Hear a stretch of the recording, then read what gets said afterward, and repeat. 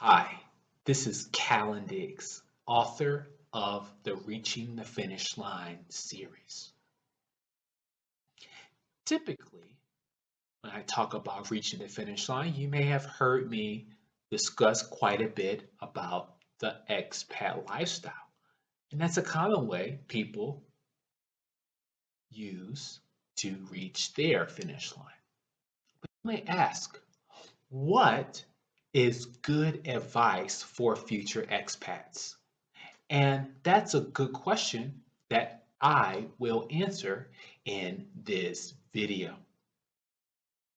We will look at some tips from an American expat couple that lives in Ecuador. We will look at some of their tips, and I'm going to comment in between to offer my comments and in addition, other things you should consider. Let's take a look at the first tip. The first crucial step is to make a list of your priorities, and this could be anything. Healthcare availability, medication availability, how good is the internet? That was really important for us. Obviously, there's a huge variety. There's so many different reasons why you might choose one country over the other, so you really need to determine what's most important to you. That's a good piece of advice.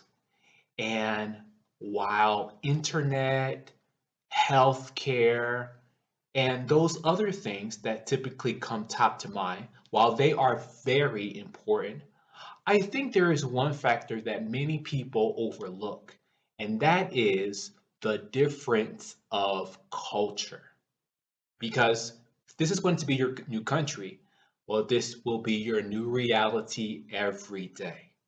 Do you want to live in a country that has a culture similar to yours, or do you prefer to live in a country that has a culture different than yours?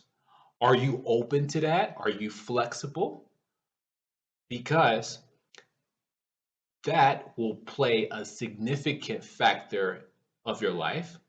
And once you have created a list of those priorities, most importantly, including the culture, then you can determine the best countries for you.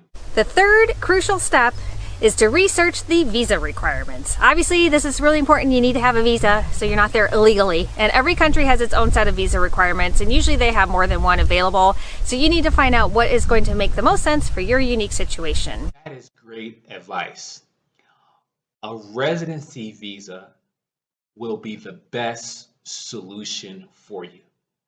Sometimes there are people who will go there the first time on a tourist visa, and then they try to get these unlimited or forever renewals or extensions of their tourist visa.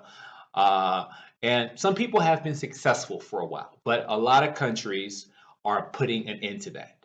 And they want people to go through the temporary or permanent residency process. Importantly, start working on that language.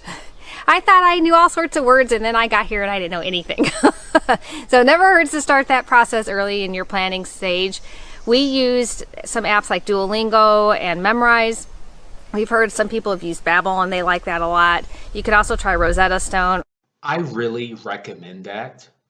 The only other alternative, which I don't recommend, is to live in the expat community bubble. And some people do that. You know, they find a country that has a large expat community, and you know, the locals that live there, they speak English, so the new expats don't learn the language there, and unfortunately, you will pay a price for that. You know, typically in those areas, uh, real estate is more expensive, restaurants is more expensive, taxi rides is more expensive, everything is more expensive. Okay, you have to decide. Okay, if you're getting a large pension maybe you won't care about that. But that depends on what is going to be your monthly budget as an expat.